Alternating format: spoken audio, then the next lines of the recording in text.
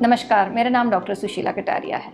आज हम बात कर रहे हैं कोविड-19 के कुछ आपके सवालों के जवाब मैं आप देना चाहूँगी। बहुत सारे लोग ये जानकर परेशान हैं या पूछते हैं मुझसे कि इसका वैक्सीन क्यों नहीं बन रहा, इतना टाइम क्यों लग रहा है या इसकी कोई स्पेशल दवाई क्यों नहीं आ रही।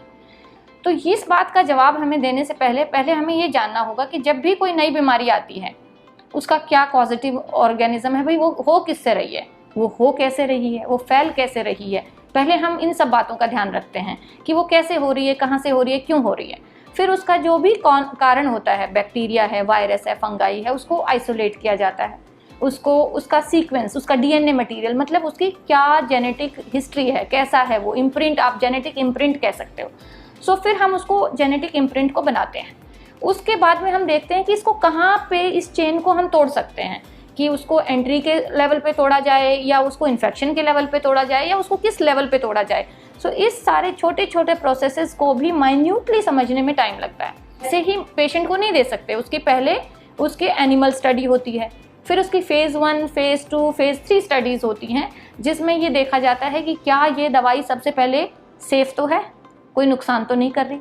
अगर इसका कोई साइड इफ़ेक्ट है तो क्या वो टॉलरेबल है या नहीं है, और क्या ये वाकई में इफ़ेक्टिव है या नहीं है, और इफ़ेक्टिव है तो किस लेवल की है। और एक फेज़ का ट्रायल कंडक्ट करने में डिपेंडिंग अपॉन किस पर्टिकुलर चीज़ का हम कर रहे हैं, कुछ हफ्तों से लेके कुछ महीनों तक का टाइम लग सकता है। में और देखने में और समझने में जितने मुश्किल लग रहे हैं, करने में उससे भी ज़्यादा मुश्किल है। ये सारा टाइम टेकिंग प्रोसेस है। एक और सवाल मैं आपका लेना चाहती हूँ यहाँ पे कि हाइड्रोक्सीक्लोरोक्विन के लिए बहुत ज़्यादा मारामारी चल रही है, बिल्कुल अवेलेबल नहीं है और हर कोई खाना चाहता है। It is an experimental medication कि ये शायद इस वायरस के उसमें काम करेगी, और काम करेगी उसके डिफरेंट तरीके हैं जिसके लिए ट्रायल हो रहे हैं। 2-3-4 महीने के बाद पता चलेगा कि वो कितनी इफेक्टिव है। तो प्रोफाइलैक्टिक जो ट्रायल हो रहे हैं वो 2 कैटेगरीज में हो रहे हैं। एक तो जो डॉक्टर उन पेशेंट्स का ख्याल रखते हैं जो कोविड पेशेंट्स के डायरेक्ट कॉन्टैक्ट में है, और दूसरे वो क्लोज फैमिली मेंबर्स जो पेशेंट के क्लोज कॉन्टैक्ट में हैं, उन्हीं को दिया जाना चाहिए।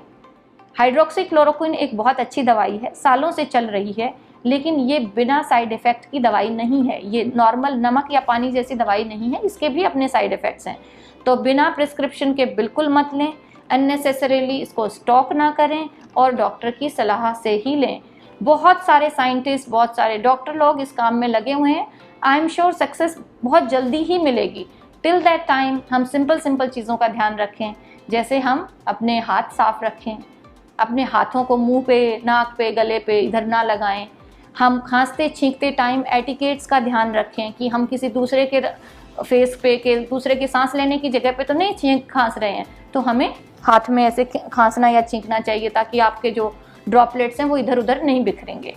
और घर पे रहें। जब भी गवर्नमेंट की तरफ से गाइडलाइन आती है कि लॉकडाउन है, तो वो किसी और के लिए नहीं है, आपके लिए है।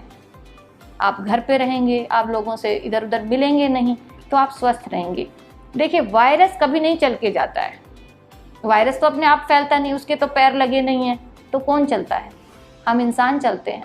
और हमारे साथ में वायरस ने हमारे को अपना व्हीकल समझ रखा है, अपनी गाड़ी समझ रखा है। तो वो एक व्यक्ति से दूसरे व्यक्ति में जंप करता है। अगर हम स्थिर रहेंगे, एक जगह पे रहेंगे, डिस्टेंस मेंटेन करेंगे, साफ सफाई का ध्यान रखेंगे, तो हम वायरस को इतना मौका ही नहीं देंगे कि वो एक से दूसरे में जाए, और फिर इससे वायरस अपनी नेचुरल डेथ अपने आप मर जाएगा।